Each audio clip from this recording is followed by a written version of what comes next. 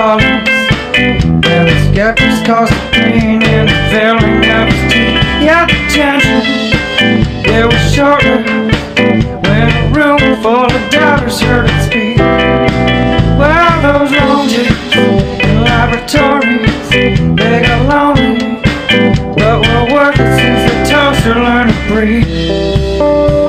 Progress takes practice.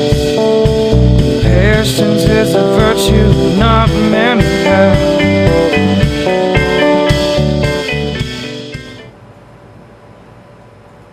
Welcome to another episode of the Naturopathic Perspective. My name is Andrew Alsaus. I'm your host, and I'm here with Chris Williamson, my co-host. And we're here with Dr. Molly Linton to talk about her 5-point plan to good health. And this is a call-in show, so you can call in live, It's 206-421-5004 if you have any questions about Dr. Linton's plan or naturopathic medicine in general. Dr. Molly Linton practices here in Seattle and has been in practice for many years. How long have you been in practice? 24 years. 24 years. So we'll be talking about the 5-point health plan. What is the 5-point health plan? It has the 5 components. The first component is water. Okay. So most people are dehydrated. A 5% reduction in hydration results in a 25% reduction in energy. So when we say dehydrated, how am I going to know I'm dehydrated? I'll tell you. So it's a combination of it's a mathematical formulation. Okay. So what? I need a notepad. Yeah, no, it's not that complicated. So first thing, the general public thinks they need to drink 8 glasses of water a day. Okay, that would drown you. You're a small woman. I'm drinking 8 glasses a day. Well, we'll talk about that because so it's based on your size, your lifestyle choices, and special circumstances in your life. So first thing, it's 1/3 of your body weight in fluid ounces a day. So if someone weighs 150 pounds, it's 50 ounces of water a day. Got it. Okay? Okay. So that's one. Number 2 is 8 ounces for every vice.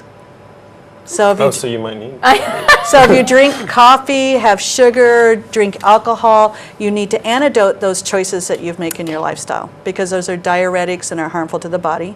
And the third component is 8 ounces for every hour of exercise. Now that may even be low if someone's really sweating. Okay. The special circumstances if people are nursing or on medication or those types of things. But generally speaking, that's the equation. So it's essentially 1/3 of your body weight in ounces, plus 8, plus 8, plus 8, plus 8, plus 8. For what you choose to do. If you don't drink coffee, you don't need to drink the water with it. Okay. The caveat to that is if you drink water and you're evacuating it, that means peeing it off, within the first hour, you're not hydrating anyway.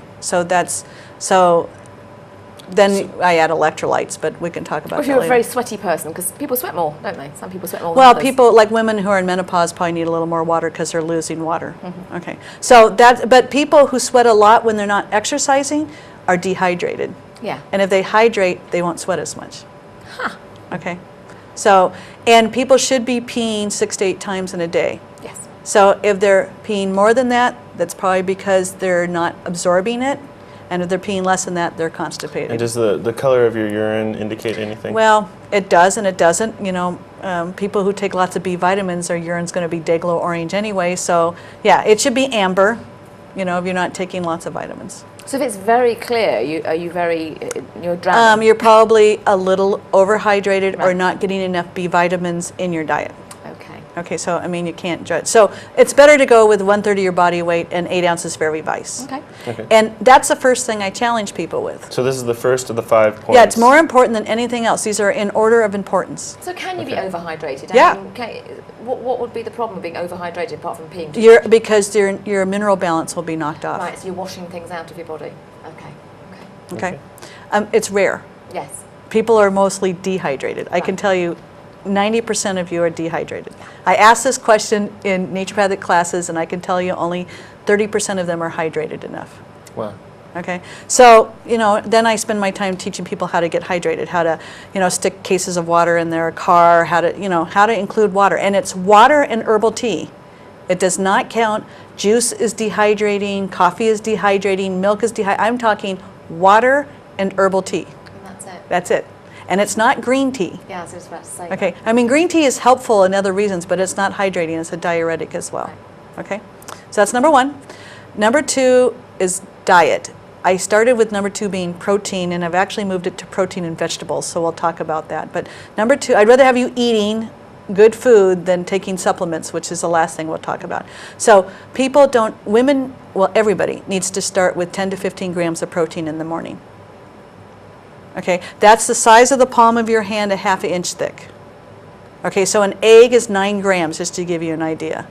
And how many do you want? 15? 10 to 15 grams in the morning, within an hour of waking up. Okay?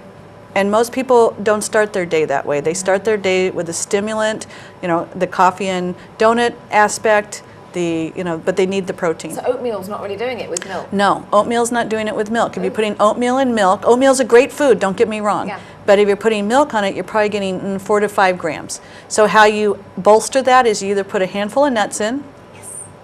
I mean, muesli, you know, really does work.